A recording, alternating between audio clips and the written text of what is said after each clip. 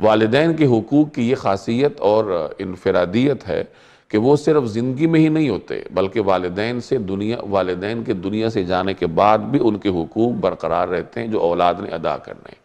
ایک روایت کا مفہوم ہے کہ ایک صحابی رسول اللہ صلی اللہ علیہ وسلم کی خدمت میں حاضر ہوئے کہ یا رسول اللہ،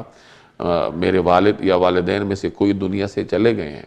تو کیا اب بھی ان کے مجھ پر حقوق ہیں؟ تو آپ علیہ السلام نے فرمایا کہ ہاں، اب بھی ان کا تمہارے اوپر حق ہے۔ اور پھر آپ نے ان کے حقوق بیان فرمائے، جس کا مفہوم یہ ہے کہ ان کے لیے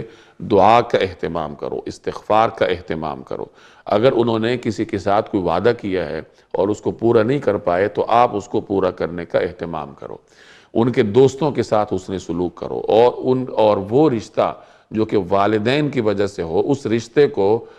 پورا کرنے کا اہتمام کرو۔ تو یہ 5 قسم کے حقوق ہیں کہ دعا ہے، استغفار ہے، ان کے وعدوں کا نفاذ ہے،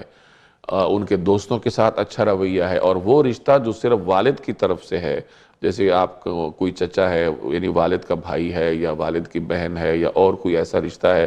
جو والد کی وجہ سے ہے، تو اس رشتے کو اور اس رشتے کے حقوق کو پورا کرنے کا حکم ہے۔